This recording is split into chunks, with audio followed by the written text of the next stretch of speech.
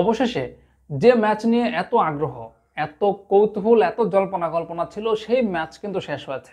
বলছি বাংলাদেশ এবং ভারতের ম্যাচের কথা।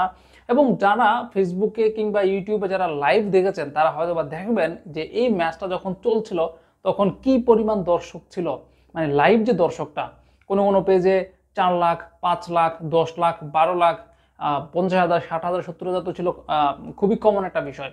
প্রত্যেকটা পেজে কিন্তু এরকম লাখ লাখ দর্শক একসঙ্গে খেলা দেখছিল। আর এই থেকে বোঝা যায় যে এই ম্যাচটার প্রতি আসলে বাংলাদেশের মানুষের কতটা টান ছিল, বা এই ম্যাচটার প্রতি বাংলাদেশের মানুষের কতটা আগ্রহ ছিল। বাংলাদেশের ফুটবলের যে জনপ্রিয়তা, বলা হয় যে বাংলাদেশের ফুটবল ম্যাচগুলোতে দর্শক হয় না, লিগের ম্যাচগুলোতে দর্শক হয় না, এরকমটা বলা হয়। কিন্তু আসলে দর্শক হয় না সেটা যেমন ঠিক, তেমনি দর্শক না হওয়ার কারণ আছে সেটাও ঠিক। যেমন বাংলাদেশের এই যে ম্যাচটা, আজকে যে ম্যাচটা হয়েছে বাংলাদেশ এবং ভারতের, সেই ম্যাচটা কিন্তু প্রমাণ করে দিয়েছে যে বাংলাদেশের মানুষ এখনো ফুটবলের থেকে মুখ ফিরিয়ে নেয়নি। আপনি যদি ঘরোয়া ফুটবলের মান যদি উন্নত করেন, সিন্ডিকেট মুক্ত যদি ঘরোয়া ফুটবলটাকে করেন, যদি বিভিন্ন আসর যেগুলো যেগুলো বসে এগুলো তো কখনোই আসলে নিয়মিত দেখা যায় না, বিভিন্ন সময় বিভিন্ন অনিয়ম দেখা যায়।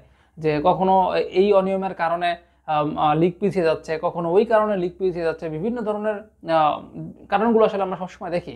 তো এই কারণগুলো যদি না হয়, একটা নির্দিষ্ট সময় যদি সমস্ত কিছু যদি পরিপূর্ণভাবে চলতে থাকে, তাহলে কিন্তু দর্শকরা আমার মনে হয় না মুখ ফিরিয়ে নিবে। সেই সঙ্গে যে বর্তমানে বাংলাদেশের যে উদ্যোগটা নিয়েছে, যেমন হামজা চৌধুরী এসেছে, এরকম যদি বিদেশি ফুটবলাররা আসে তাহলে মানুষ আবারও ফুটবলমুখী হবে। এবং মানুষ যে আবার ফুটবলমুখী হবে সেটার প্রমাণ কিন্তু হচ্ছে আজকে বাংলাদেশ এবং ভারতের এই ম্যাচটা।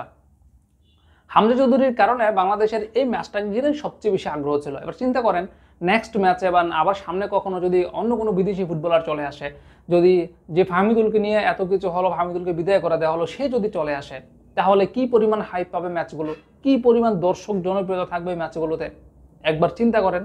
তো আসলে বাংলাদেশের কর্তাব্যক্তি যারা রয়েছে তাদের আসলে এইগুলো থেকে শিক্ষা নেওয়া উচিত যে বাংলাদেশের মানুষ ফুটবল থেকে মুখ ফিরিয়ে নিতে চায় না, তারা মুখ ফিরিয়ে নিতে বাধ্য হয়।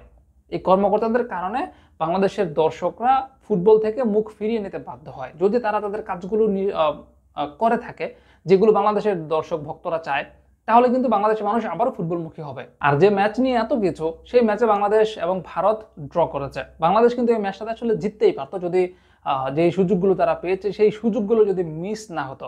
বাংলাদেশ কিন্তু বেশ কিছু সুযোগ পেয়েছে। আর যাকে নিয়ে এত আগ্রহ বাংলাদেশের ম্যাচে, সেই হামজা চৌধুরী কিন্তু এই ম্যাচে যথেষ্ট ভালো খেলেছে। মানে বাংলাদেশের অন্যতম সেরা পারফরমার ছিল হামজা চৌধুরী। নিজেদের অর্ধে যে ডিফেন্সটাকে সংঘবদ্ধ রাখা, বাংলাদেশের মাঝমাঠটাকে একটু সংঘবদ্ধ রাখা, প্রতিপক্ষের যে আক্রমণ সেগুলোকে নস্যাৎ করে দেওয়া, হামজা চৌধুরী কিন্তু সব জায়গাতে সমান পারদর্শিতা দেখিয়েছে।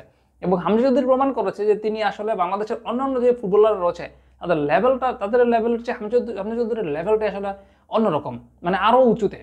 হামজা চৌধুরীর লেভেলটা যে আরো উঁচুতে সেটাই ম্যাচে কিন্তু একেবারে পরিষ্কার। সুতরাং তার সঙ্গে বাংলাদেশের অন্যান্য ফুটবলার যারা রয়েছে তাদের মানিয়ে নিতে হয়তো আর একটু সময়ের প্রয়োজন।